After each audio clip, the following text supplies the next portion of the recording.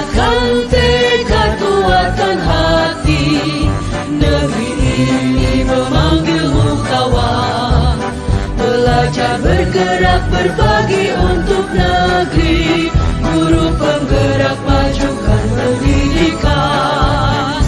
Guru penggerak menghamba pada murid, kreatif rancang pembelajaran. Hargai potensi, tingkatkan prestasi, lahirkan profil pelajar Pancasila. Belajar bergerak berbagi untuk negeri, kita menjalin kolaborasi. Belajar bergerak berbagi untuk negeri, demi bakti pada Ibu Pertiwi.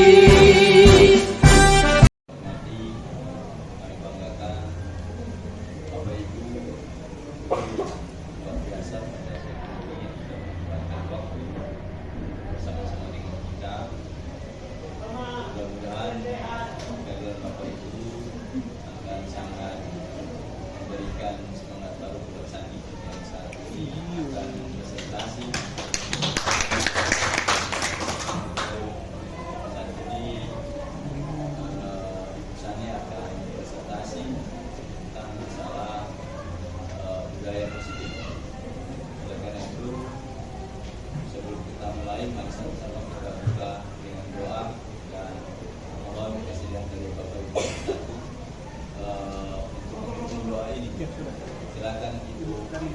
Ya, silakan. Mari Ibu. Silakan. Video.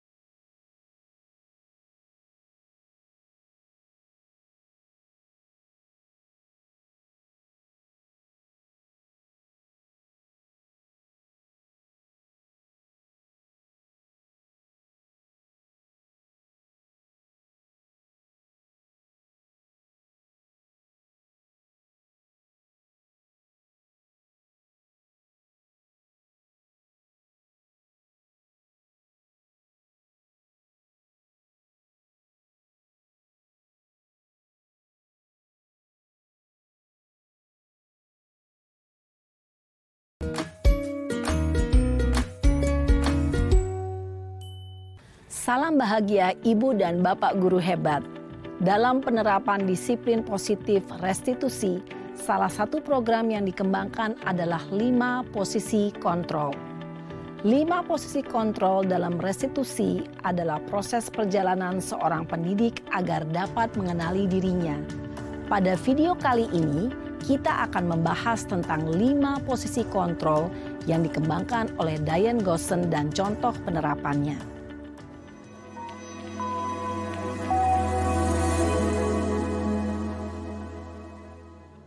5 posisi kontrol itu adalah 1. Posisi penghukum.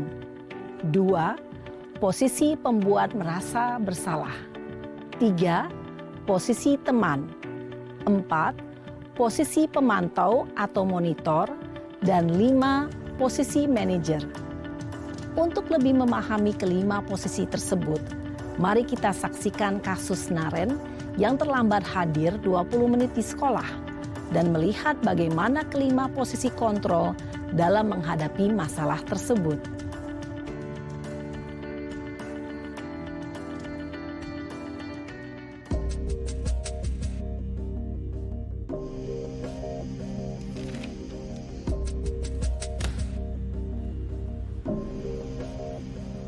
Naren!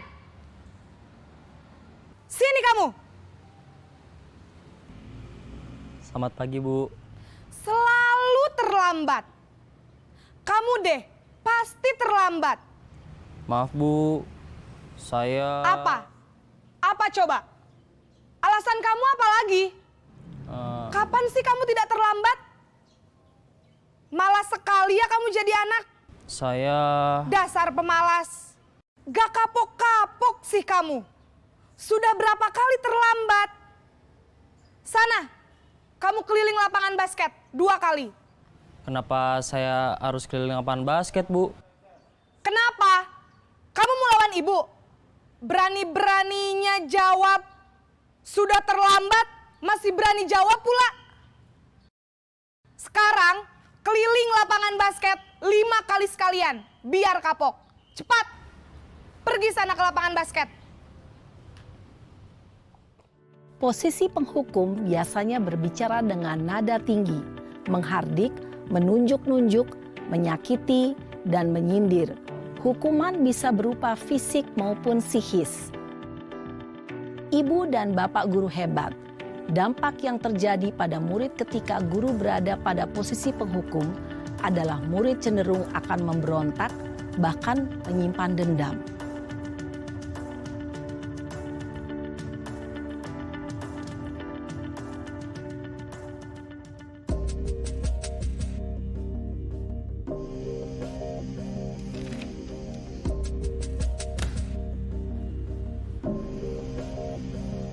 Naren!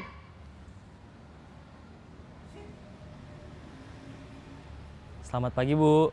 Naren. Kamu kenapa terlambat lagi, Nak?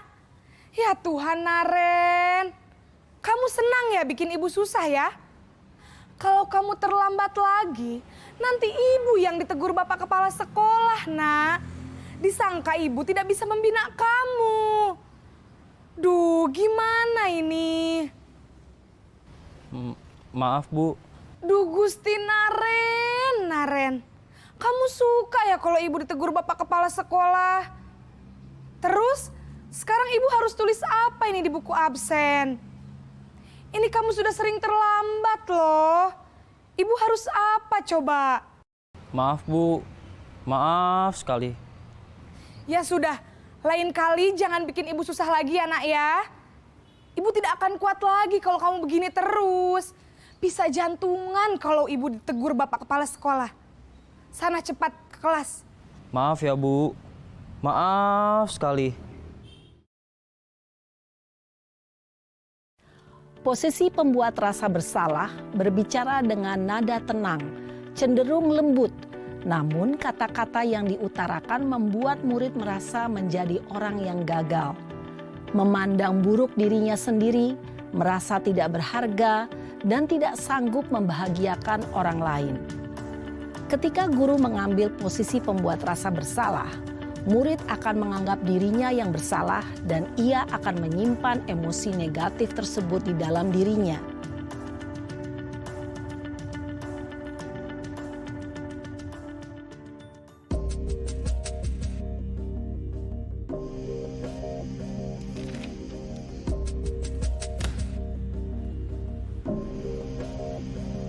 Naren!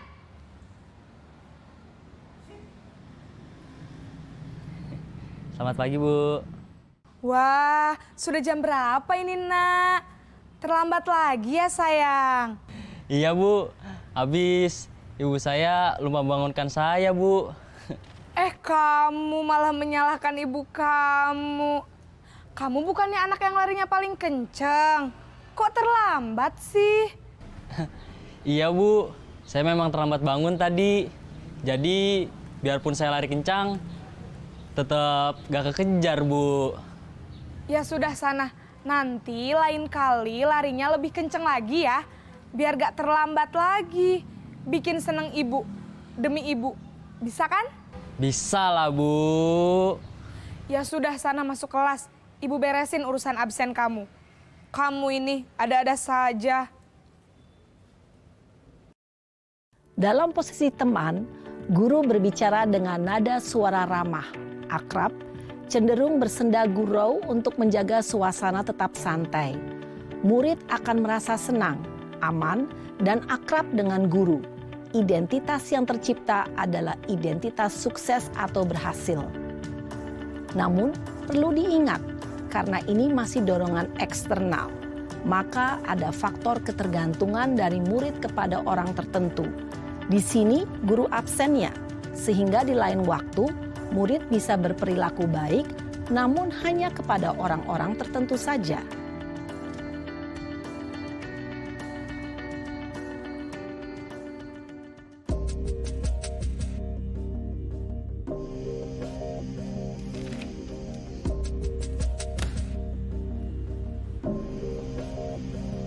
Naren!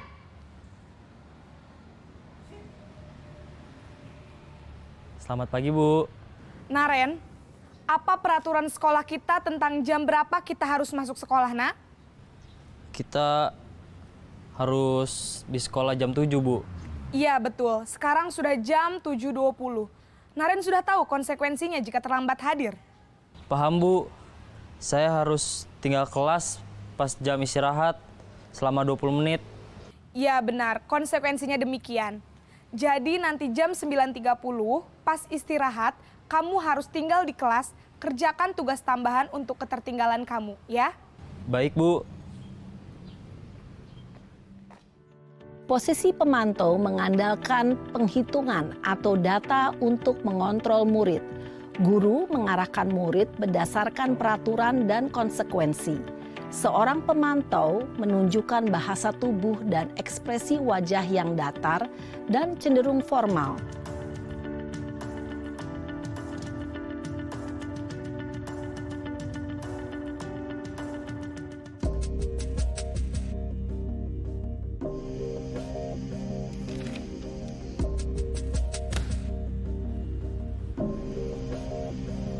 Naren!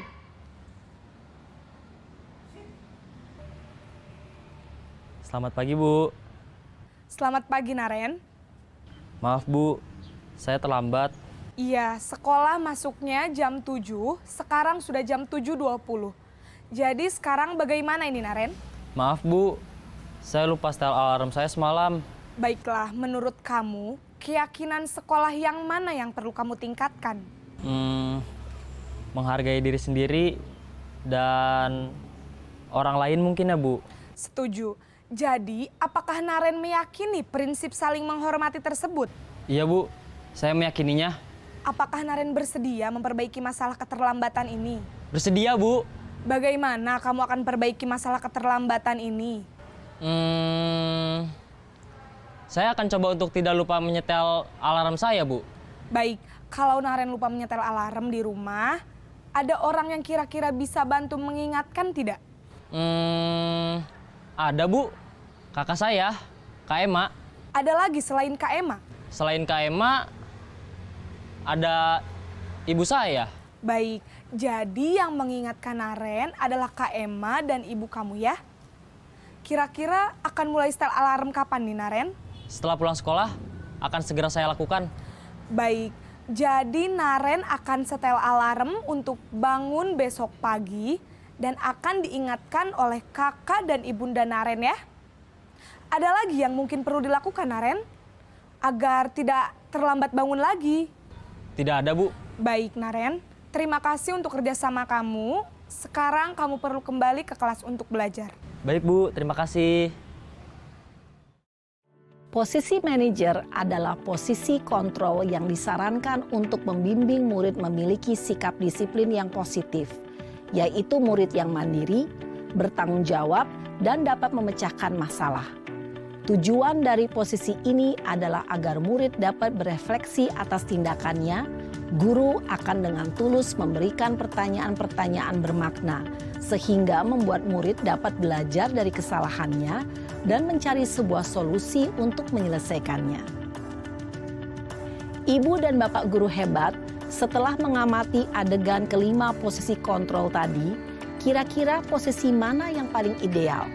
Posisi mana yang dapat menunjang motivasi intrinsik murid?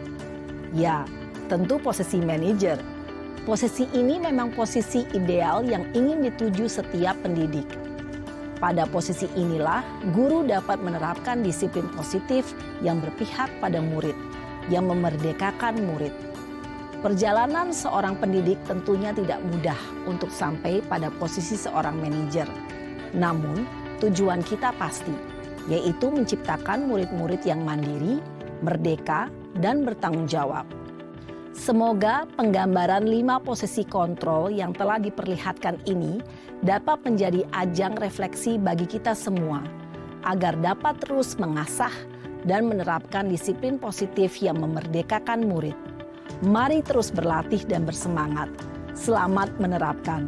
Salam dan bahagia, Ibu dan Bapak Guru hebat.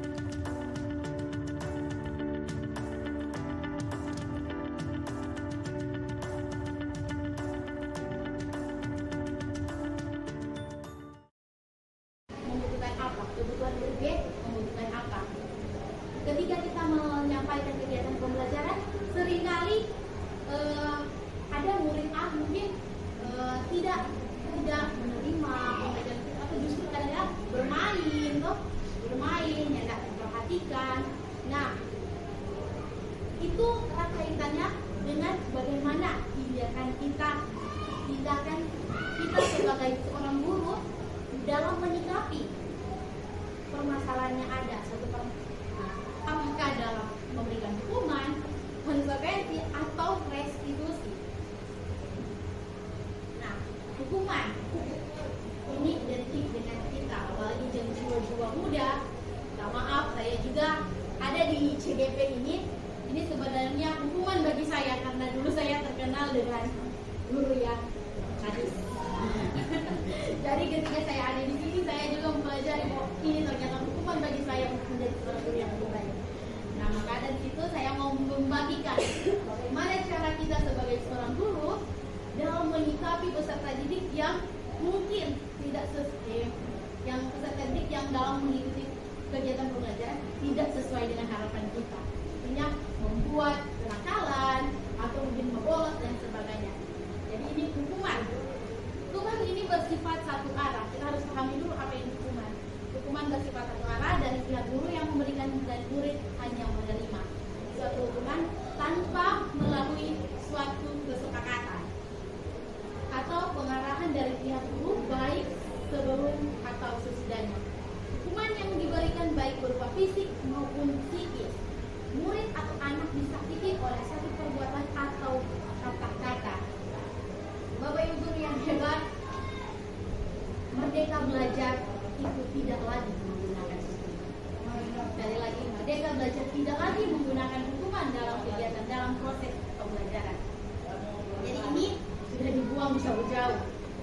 Nah, merdeka belajar itu lebih menekankan kepada restitusi dan konsekuensi. Konsekuensi dan restitusi. Nah, konsekuensi sendiri itu dalam disiplin dalam bentuk konsekuensi sudah terencana atau dibuat sepakati, sudah dibahas dan disetujui oleh murid dan guru. Konsekuensi biasanya diberikan berdasarkan suatu data yang umumnya dapat diukur. Misalnya, setelah 3 kali tugasnya tidak diselesaikan pada batas waktu yang diberikan, atau murid melakukan kegiatan di luar kegiatan pembelajaran, misalnya mengobrol, maka murid tersebut akan kehilangan waktu bermain dan harus menyelesaikan tugas karena ketinggalannya. Sedikit sharing, Bapak Ibu. Sudahkah Bapak Ibu guru membuat kesepakatan kelas? Sudahkah? Sudah. Nah, kesepakatan kelas itu sangat, namanya juga kesepakatan. Berarti saya selalu bilang kepada murid-murid bahwa ketika ada sepakat berarti ada win-win solution. Kalian benar juga benar. Ketika kalian mengikuti kegiatan pembelajaran, apa yang harus kita sepakati dan apa yang menjadi konsekuensinya? Konsekuensinya bukan datang dari guru. Jadi kadang-kadang orang bilang, jadi orang sepakat nih, orang bikin kesepakatan. Kalau tadi bu, kalau baru-baru kan di luar, sama. Namanya juga kesepakatan. Berarti kesepakatan itu muncul dari dua pihak. Nah, jadi mari kita sama-sama sebagai bapak dan guru, ketika kita memberikan, sebelum kita masuk dalam kegiatan pembelajaran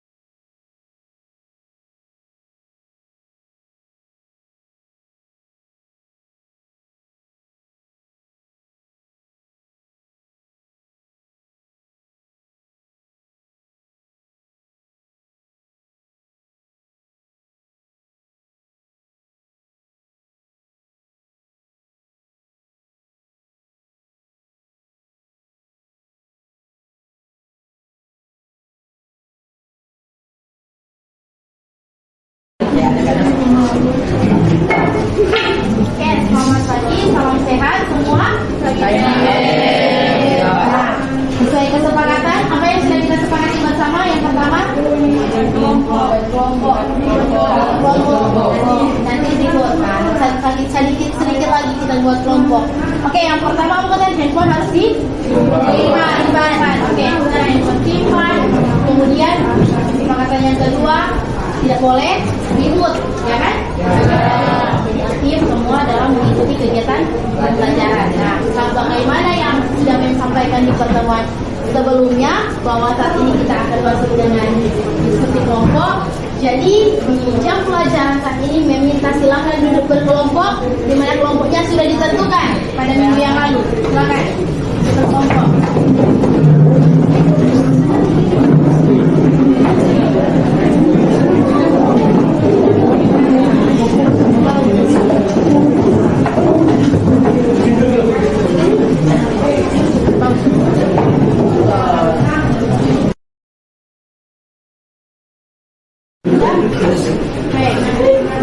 Nah, saat ini memang akan bagikan lembar kertas di setiap kelompok. Silakan setiap anggota kelompok, jadi setiap kelompok ini memecahkan masalah yang ada dalam kertas yang ada. Oke, memberi waktu dimulai dari sekarang 20 menit. Jadi diskusikan di sini ada satu masalah, kemudian silakan diskusikan secara berkelompok. Saat ini sudah 20 menit lewat, waktu terlalu. Sudah selesaikah kalian berdiskusi dalam kelompok? Sudah. Oke, sekarang kita akan presentasi. Jadi memang akan lihat sejauh mana pemahaman kalian dalam memecahkan masalah yang ada. Meminta mulai dari kelompok yang ada di samping kiri untuk presentasi. Jadi kelompok yang di samping kiri, kelompok pertama, kedua, 3, 4, 5 dan yang keenam secara bergilir akan mempresentasikan hasil diskusi kalian mengenai pemecahan masalah yang ada. Setiap kelompok memberi waktu 10 menit dari sekarang. Selamat pagi teman-teman, sekarang kita akan presentasi. Oke,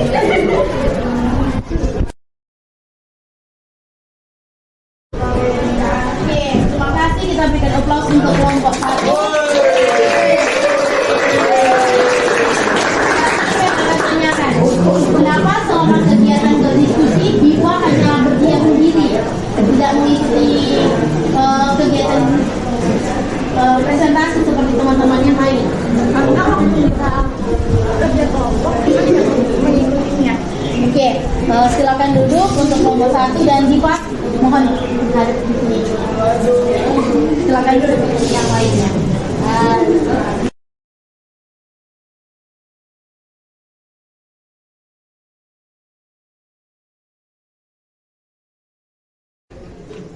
Mulai. Diva, kenapa kamu tidak mengikuti kegiatan diskusi dengan teman-teman kelompokmu?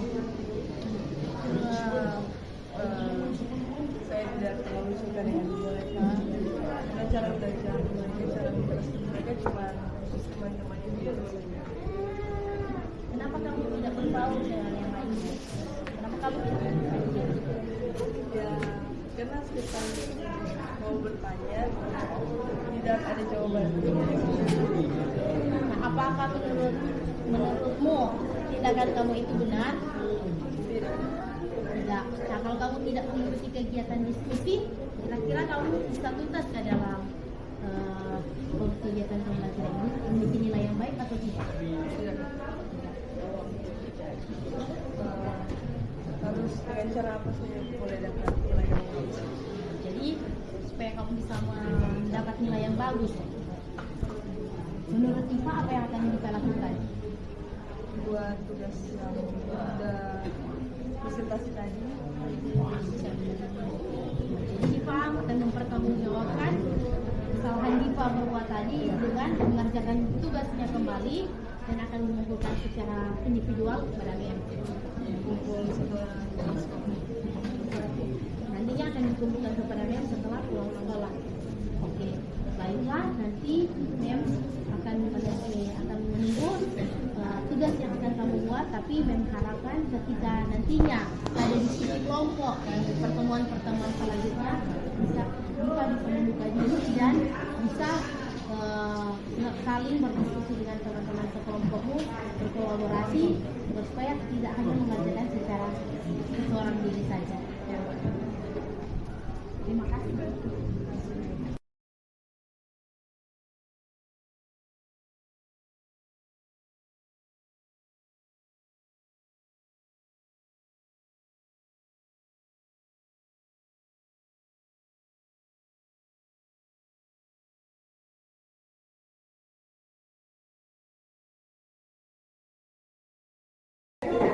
Selamat siang Jelsya. Kamu tahu apa yang menjadi alasan Mem untuk memanggil kamu menghadapan Mem di ruang perpustakaan ini? Jelsya tidak ikut dalam pelajaran tadi di luar. Ya, ketika mengikuti kegiatan pembelajaran di luar tadi, Mem melihat bahwa Jelsya kurang aktif. Artinya di sini bahwa Jelsya tidak terlibat bersama teman-teman Jelsya dalam pembuatan video pembelajaran.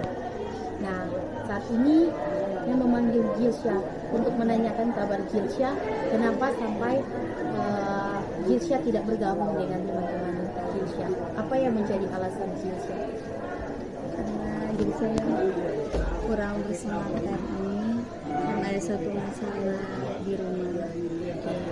Sebagai manusia pasti tentunya punya masalah dalam kehidupan masing-masing. Jadi Jelsya di sini tidak salah, cuma keadaannya saja yang kurang tepat. Di mana dalam kegiatan pembelajaran Jelsya kurang semangat karena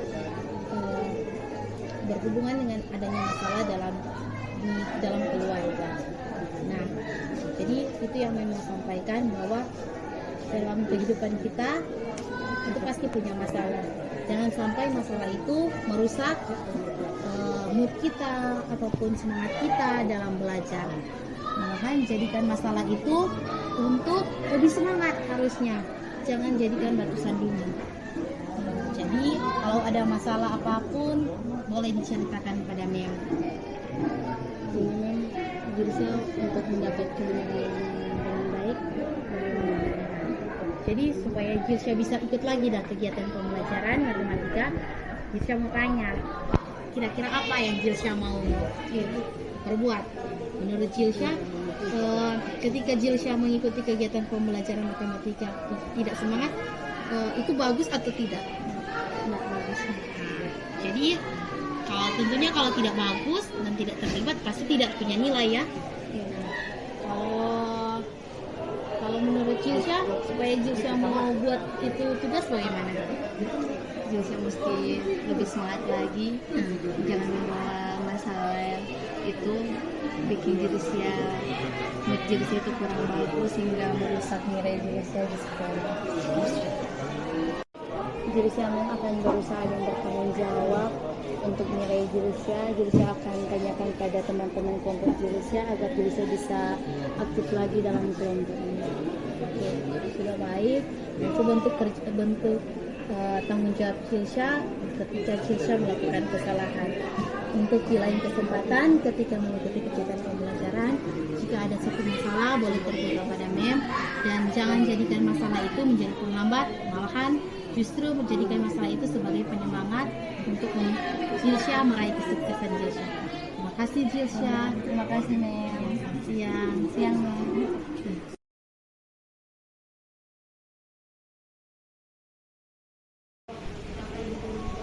Ketika kita diperhadapkan dengan situasi terdapat permasalahan atau terdapat siswa yang melakukan pelanggaran, maka mari kita ubah pemahaman kita, cara kita menyikapi permasalahan itu dengan menggunakan langkah-langkah strategi. Dalam langkah-langkah tiga restitusi, di sini yang pertama menstabilkan identitas. Menstabilkan identitas di sini ketika kita diperhadapkan dengan murid yang membuat pelanggaran, kita stabilkan dulu emosi dan peserta didik kita dengan cara kita buat dulu. Pasti semua orang pernah melakukan kesalahan. Kemudian yang kedua, kamu bukan satu-satunya yang pernah melakukan itu. Kadang-kadang kalau ketika orang siswa ini dia stabil, maka kita bisa lanjut dengan langkah selanjutnya. Validasi tindakan tindakan yang sama. Emosinya sudah stabil pun kita ajak sharing. Kenapa kamu buat seperti itu? Adakah cara yang lebih efektif untuk mendapatkan apa yang kamu inginkan? Kamu tentu punya alasan melakukan itu. Jadi tanya dulu, apa dia alasan? Kalian tahu penyebab. Kira-kira kelakuan ini dia sudah bertukar atau tidak? Jadi bukan hanya itu mana? Di sini ada IKO, mata pelajaran bahasa Indonesia. Contoh, bahasa Indonesia ada IKO, matematika nggak ada IKO. Kan? Karena itu mesti tahu apa ini siswa ini, apa dia masalah. Nah, pendekatan supaya nantinya siswa ini dia menyadari apa yang menjadi kesalahan, bagaimana dia menyikapinya, bagaimana dia merubah, supaya tidak melulu dari itu mana salah, mana begini, mana begini. Kapan dia mau sadar? Ya kan? Kapan dia mau sadar? Itu siswa itu dia sama dengan orang ada mina bobokan gitu ya. Bagaimana terus kita cari jati diri, karena orang selalu guru hanya sebagai menghukum, langsung kasih hukuman tanpa melihat atau mengajak siswa itu dia untuk merumuskan permasalahan yang dihadapinya, mencari jalan keluar. Jadi jalan keluarnya bukan dari guru, tapi jalan keluarnya dari peserta didik tersebut. Ini yang saya singgung tadi, bahwa selaku guru kita hanya memegang 5 posisi kontrol. Nah, melalui serangkaian riset dan berdasarkan pada teori kontrol, Dr. William Glasser, dosen, berkesimpulan ada 5 posisi kontrol yang diterapkan seorang guru, orang tua ataupun atasan dalam melakukan kontrol. Yang pertama, sebagai penghukum. Yang kedua, membuat rasa bersalah. Yang ketiga, teman. Keempat, pemantau. Dan yang terakhir, manajer. Merdeka Belajar tidak lagi menggunakan posisi kontrol penghukum dan pembuat rasa bersalah. Jadi sekali lagi, di Merdeka Belajar dan konsep Merdeka Belajar sudah tidak ada lagi guru itu hanya langsung untuk kita bersama, kebaikan kita bersama, guna menunjang proses pembelajaran yang lebih menyenangkan, lebih bahagia. Nah, di sini yang saya sudah jelaskan sebagaimana tadi, ketika menstabilkan identitas, yang ini bertujuan untuk mengubah identitas anak dari orang yang gagal karena melakukan kesalahan menjadi orang yang sukses. Anak yang melanggar peraturan karena sedang mencari perhatian adalah anak yang sedang mengalami kegagalan. Stabilkan dulu identitasnya. Kemudian yang kedua, setiap tindakan kita dilakukan dengan suatu tujuan, yaitu memenuhi kebutuhan dasar. Kalau kita memahami kebutuhan dasar, apa yang mendasar sebuah tindakan, kita akan melakukan cara-cara paling efektif untuk memenuhi kebutuhan tersebut. Dan yang terakhir, untuk menanyakan keyakinan dari anak didik tersebut, yakni teori kontrol menyatakan bahwa kita pada dasarnya termotivasi secara internal ketika identitas sukses telah tercapai, maka termasuk dalam langkah yang pertama. Dan langkah yang kedua, ketika tingkah laku yang salah telah divalidasi, anak sudah mulai terbuka tentang apa yang dia lakukan. Maka anak akan siap untuk dihubungkan dengan nilai-nilai yang dia percaya dan berpindah menjadi orang yang dia inginkan. Tentunya ketika kita melakukan ini, maka yang diharapkan artinya ada perubahan dari tersebut, perubahan supaya yang lebih baik tentunya. Nah, ini mungkin hanya sekedar pertanyaan-pertanyaan ketika kita diperhadapkan dengan peserta didik yang membuat pelanggaran. Mungkin pertanyaan-pertanyaan ini yang mungkin menjadi masukan atau nantinya ketika kita menanyakan kondisi anak tersebut lewat identifikasi, kemudian validasi, dan yang terakhir menanyakan keyakinan. Nah, sekian Bapak Ibu guru, berbagi praktik saya budaya positif. Apa yang kita percaya sebagai kelas atau keluarga? Apa nilai-nilai umum yang kita pada sepakati? Apa bayangan kita tentang seorang guru yang berinovasi, bekerjasama, dan terus mengembangkan kemampuan kita guna mencapai tujuan pembelajaran yang kita inginkan. Terima kasih. Luar biasa, Ibu Pani CDP dan Ketika seorang siswa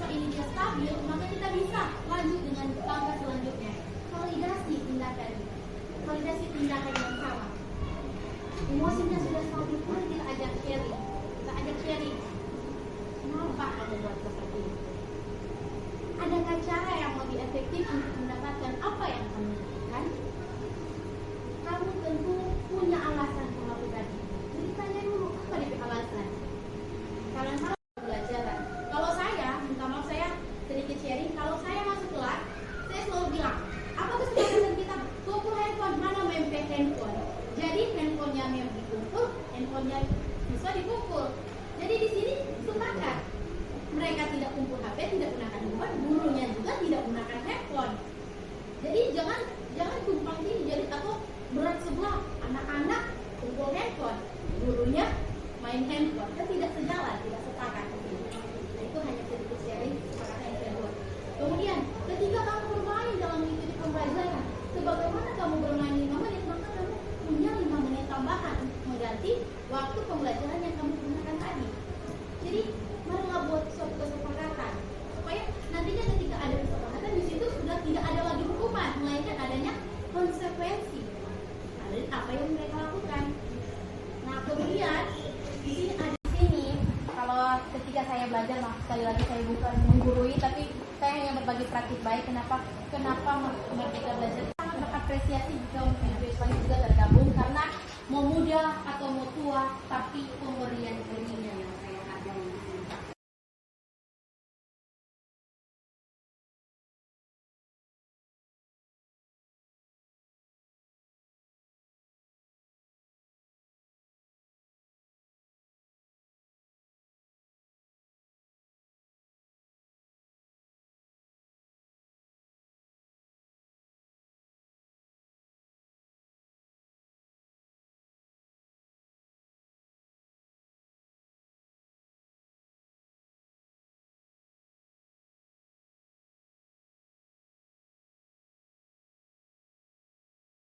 Bapak Ibu, 30 orang berarti ada 30 karakter. Tidak semuanya bagus-bagus Bapak Ibu. Orang harus terima itu. Sedangkan 5 kakak adik, ada satu yang mas ya. Apalagi ada 30 Bapak Ibu. Maksudnya orang harus ada hati yang tulus. Bapak Ibu kan tiap hari kan Ibu setahun. Kalau orang udah bertahan setua ini, masih udah bertahan semua pensiun, jadi guru, masa tuh anak ini so salah atau nggak selurus. Solusinya Bapak Ibu, sehingga saya kalau di kelas anak-anakku tersayang, Bapak Ibu, kita biasa biar dong kepala batu Bapak Ibu. Kita harus panggil anak-anakku tersayang. Ya, kalau langsung mulai dengan sayang, Bapak Ibu lain kali orang kan orang juga ada posisi negatif. Ada Bapak Ibu. Orang banyak kekurangan. Seringkali doja aju akan orang teh gaya di kelas. Tapi ketika orang sudah mulai mau mengangkat kesalahan anak itu. Jadi waktu kita masuk atau orang Kristen, berdoa dulu, Tuhan, berikan saya hati yang baik. Sehingga waktu saya mengajar, harga diri kita tinggi sekali. Kita ingin dihormati dan dihargai. Saya dulu, kenapa tidak dihargai dan dihormati oleh siswa kita? Kita berada dalam posisi dilema. Tapi apa yang kalau sudah masuk di Merdeka Belajar, Bapak Ibu, apakah harga diri, apakah boleh harga diri kita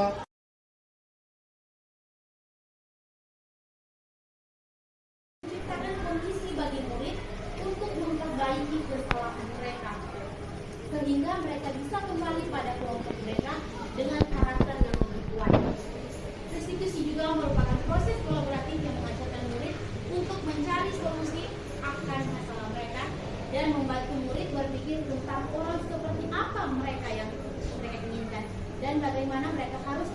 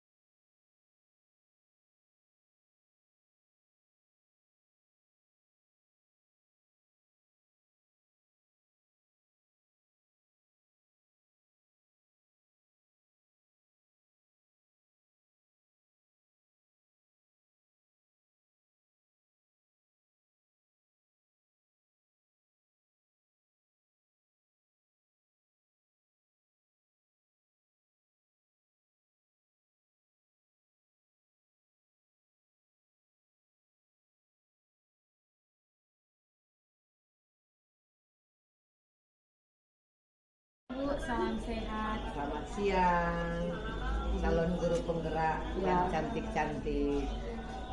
Mohon maaf sebelumnya Bu, kami mau izin bertanya perihal kegiatan yang nantinya akan dilaksanakan di SMA Negeri 9 Manado mengenai aksi bergizi.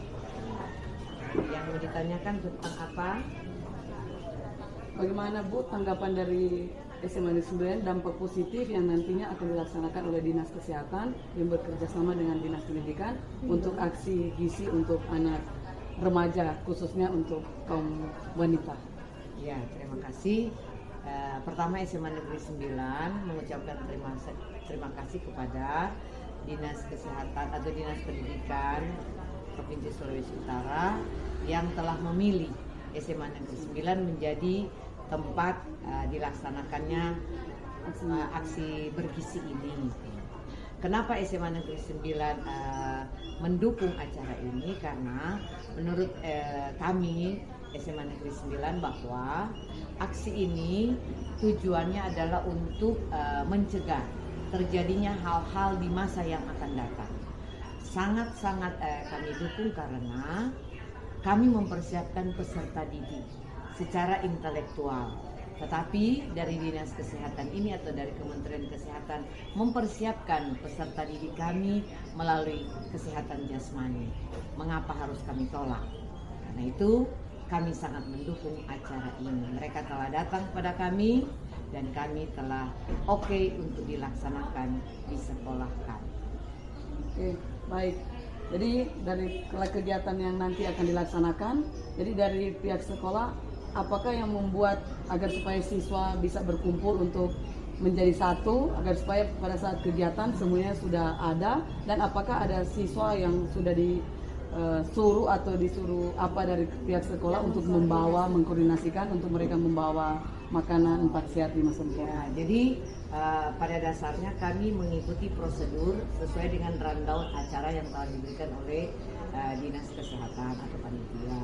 Mereka mengatakan akan ada kegiatan mulai jam 7 pagi, sehingga kami dari pihak sekolah mengelolanya dengan bantuan Bapak Ibu Guru Wali Kelas, pembina-pembina OSIS. Kami mengatur seluruh siswa putri yang ada itu pagi harinya sudah dengan seragam sekolah, dengan seragam olahraga. Mereka datang ke sekolah dan mereka sudah diminta menyiapkan sarapan sehat sesuai dengan petunjuk dan rundown acara, sehingga mereka saat datang tinggal mengikuti acara seperti yang ada. Oke, baik. Berarti Bu, nanti kegiatan yang berlangsung bukan hanya untuk pemberian ada tablet untuk penambah darah? Oh, ada. Sesuai dengan rundown acara, pertama ada acara seremonial. Seremonialnya itu kata sambutan dari Dinas Pendidikan atau yang mewakilinya atau dari kepala sekolah. Kemudian ada senam bersama. Jadi sesudah senam bersama, maka direncanakan sarapan pagi bersama. Sesudah sarapan pagi bersama, ada minum tablet tablet tambah darah bersama. Kemudian ada kegiatan live melalui Zoom dengan Kementerian Kesehatan, dengan Pak Menteri Kesehatan yang dijadwalkan mulai jam 9 pagi menurut waktu Indonesia Tengah. Kalau yang di Jakarta itu dia mulai jam 8. Jadi ini merupakan salah satu kegiatan yang membawa dampak positif ya. Jelas sekali dampak positif di masa yang akan datang. Karena setahu kami kalau wanita kekurangan darah itu kedepannya dia bisa mengalami banyak hal yang merugikan bagi dirinya. Misalnya saat dia berumah tangga, dia akan mengalami gangguan-gangguan. Kalau dia menikah dan hamil, maka janin-janin di dalamnya itu akan mengalami perlambatan pertumbuhan sehingga bisa mengalami stunting dan lain sebagainya. Itu salah satu contoh. Jadi ini salah satu bentuk kegiatan pembelajaran yang nyata, di mana ini merupakan juga kolaborasi ya Bu yang terjadi antara pihak sekolah yang bekerja sama dengan Dinas Kesehatan dan juga Dinas Pendidikan, di mana kegiatan ini juga bisa memberikan edukasi bagi anak didik kita, bukan hanya diberikan dari gurunya saja, tetapi dari pihak luar. Terima kasih banyak Bu untuk waktunya. Terima kasih, sukses terus ya calon guru penggerak kita. Terima kasih Bu. Bahagia. Sukses selalu.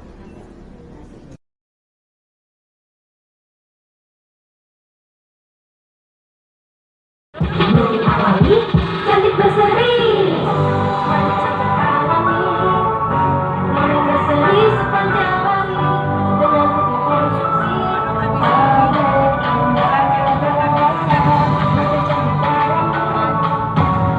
berseri sepanjang hari dengan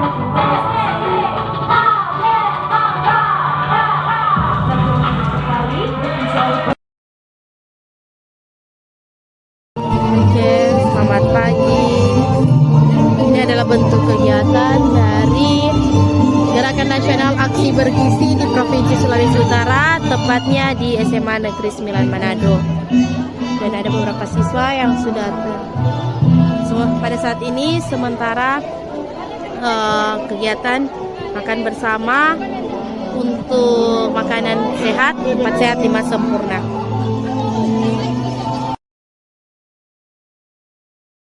Aktifkan audionya ataupun boleh di unmute, namun nanti boleh untuk ditunjukkan wajahnya dengan kamera.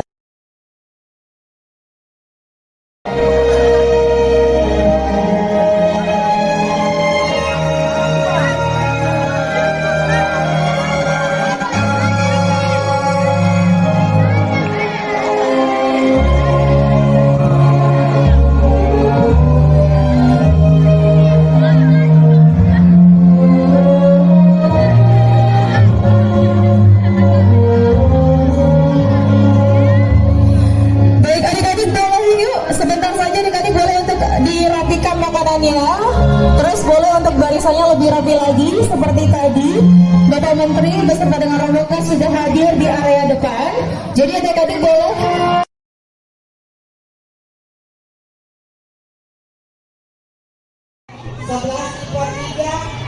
ada. Ya, perwalian. Kalau anak Anda ada di kelas ini terbanyak, di ruangan ini terbanyak, mau dapat tumbler BB perwalian. 1, cari. 2, Bapak Direke berapa? Sodudu berapa? Berapa Bapak Tipe Putri? Bapak Tipe Putri berapa? Dalam waktu 10 menit 5 menit sebelum jam 9 perwalian nanti ada. Mana perwaliannya Ibu Joy?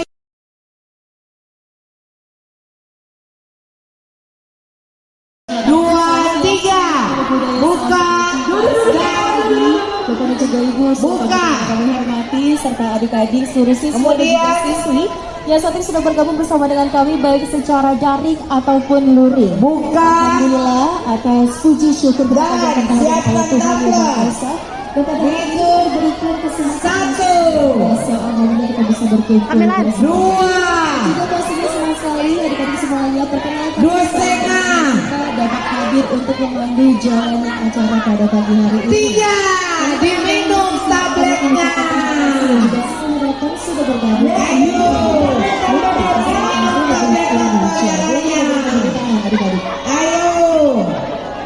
yang banyak minumnya. Dan selamat datang kepada Menteri Agama yang hadir secara daring.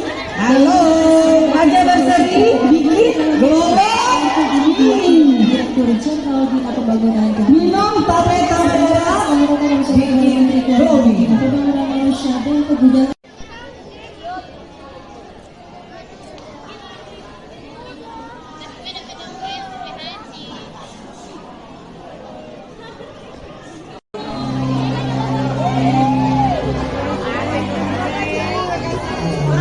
Yang kedua di sebelah sana Bunda.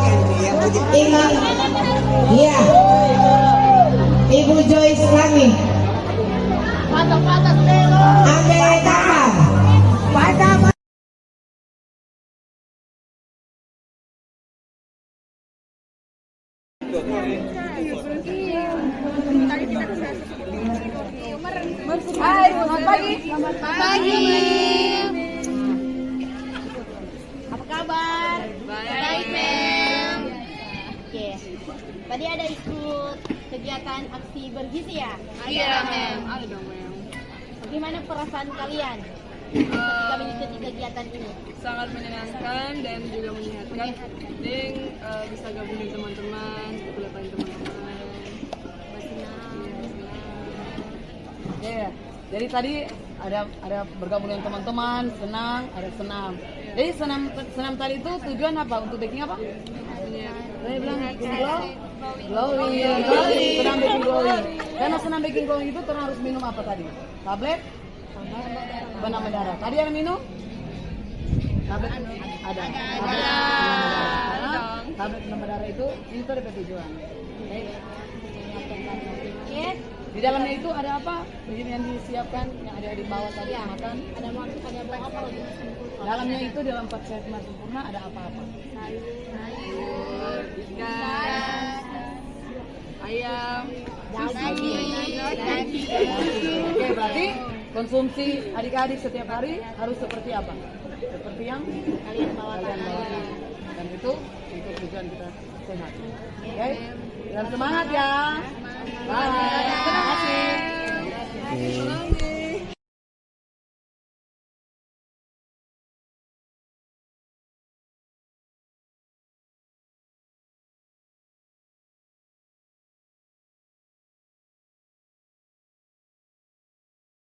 Selamat pagi, Bapak Ibu, kami berdua dari Sekolah SMA Negeri 9 sebagai calon penggerak Federasi 9.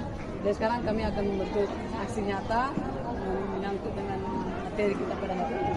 Untuk pada saat ini tentang budaya positif. Jadi setelah kami melihat dengan apa yang sudah terjadi tadi di lapangan tentang aksi nyata, aksi bergizi untuk siswa yang ada di sekolah, sekarang kita akan bertanya dari persiapan pembentukan sampai ada di sekolah ini dari dinas kesehatan, dari prosesnya seperti apa. Terima kasih. Jadi pertama, Gerakan Nasional Aksi Bergizi ini merupakan program pemerintah, dalam hal ini Kementerian Kesehatan, yang dilakukan di seluruh Indonesia secara serentak pada hari ini, di mana Dinas Kesehatan Daerah Provinsi Sulawesi Utara itu melaksanakan kegiatan di SMA Negeri 9 setelah berkoordinasi dengan Dinas Pendidikan Daerah Provinsi Sulawesi Utara. Jadi ada koordinasi dengan Dinas Pendidikan dan Dinas Pendidikan untuk mewakili provinsi ditunjuk di SMA Negeri 9. Tapi di Sulawesi Utara di 15 kabupaten kota semuanya ada banyak sekolah yang ikut dalam kegiatan. Ada kurang lebih yang melaporkan kegiatan di Sulut ada hampir 150-an sekolah, termasuk di Manado ada kurang lebih 20-an lebih. Nah, jadi kami Dinas Kesehatan Daerah Provinsi SMA Negeri 9 karena selain sekolah pemerintah mengingat juga jumlah muridnya sangat banyak, jadi sasarannya lebih besar. Ya. Mohon maaf, Bu, saya mau bertanya lagi tujuan dari pelaksanaan kegiatan ini. Tujuannya bagaimana kita membudayakan hidup sehat kepada warga sekolah, lebih khusus tentunya kalau berkaitan dengan gerakan aksi bergizi ini kepada remaja putri, terutama dalam mereka membudayakan mau minum tablet tambah darah sebagai upaya pencegahan terhadap anemia pada remaja putri. Selain tadi ada kegiatan aktivitas fisik, lewat olahraga, kemudian sarapan sehat. Jadi itu bagian dari aksi bergizi. Jadi kalau berbicara gizi bukan cuma soal asupan gizi, tapi juga didukung dengan aktivitas fisik. Olahraga di dalam. Iya. Terima kasih, Ya. Bu. Terima kasih. Terima kasih, Bu. Di kantor. Iya, iya.